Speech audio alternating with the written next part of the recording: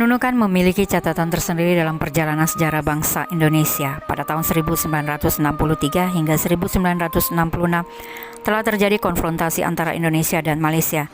Bersumber dari Wikipedia disebutkan bahwa konfrontasi atau konflik militer Indonesia-Malaysia adalah sebuah peristiwa perang mengenai masa depan Malaya, Brunei, Sabah, dan Sarawak yang terjadi antara Federasi Malaysia dan Indonesia.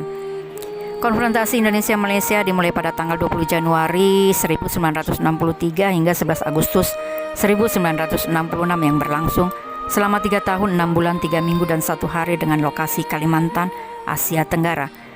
Konfrontasinya ini berakhir dengan perjanjian perdamaian tahun 1966.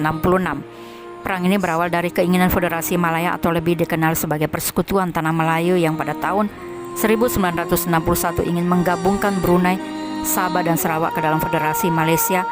Hal ini tidak sesuai dengan persetujuan Manila.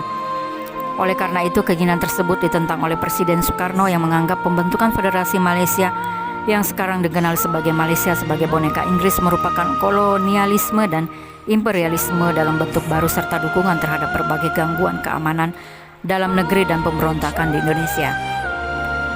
Pada tanggal 3 Mei 1964 di sebuah rapat raksasa yang digelar di Jakarta, Presiden Soekarno mengumumkan Perintah Dwi atau Dua Komando Rakyat Dwi Kora yang isinya Petinggi Ketahanan Revolusi Indonesia, Bantu Perjuangan Revolusioner Rakyat Malaya, Singapura, Sarawak, dan Sabah untuk menghancurkan Malaysia. Dari konfrontasi ini telah jatuh korban dari pihak Malaysia sebanyak 414 korban jiwa dan 581 cedera. Dan dari pihak Indonesia 290 korban jiwa dan 222 korban cedera. Wilayah Nunukan sendiri adalah wilayah garis depan pertempuran tersebut. Pulau Nunukan, Pulau Sebatik, wilayah dataran tinggi Krayan adalah contoh saksi sejarah perjuangan para pahlawan melawan Federasi Malaysia. Beberapa bangunan menjadi monumen bersejarah yang akan dikenang sepanjang masa, seperti Tugu Dwi Kora sebagai pengingat perjuangan para pejuang, khususnya dari KKO Angkatan Laut Republik Indonesia yang dengan penuh keberanian menghadang dan menyusup ke daerah lawan untuk mempertahankan keutuhan negara Republik Indonesia di wilayah utara Kalimantan. Pertempuran demi pertempuran terjadi dan tergambar di Tugu Dwi Kora yang dibangun pada tahun 1964 yang kemudian direnovasi pada tahun 2013 ini. Berdiri tegak menjulang setinggi 15 meter, berdampingan dengan alun-alun Nunukan bersama dengan sebuah meriam howitzer dan tank amfibi PT-76 produksi tahun 1961.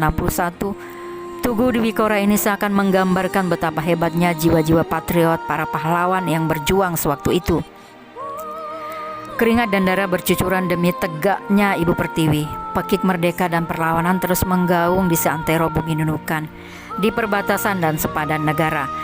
Di Nunukan ini, di batas negara ini, sejarah dicatat, ditorehkan dengan tinta emas dalam buku perjuangan para pahlawan bangsa. Kendati mereka telah bersemayam dalam keabadian, dalam keheningan dan desiran angin yang memenuhi taman makam pahlawan Jaya Sakti, namun semangat itu tidak pernah padam karena para pejuang bangsa Indonesia adalah para pahlawan sepanjang masa.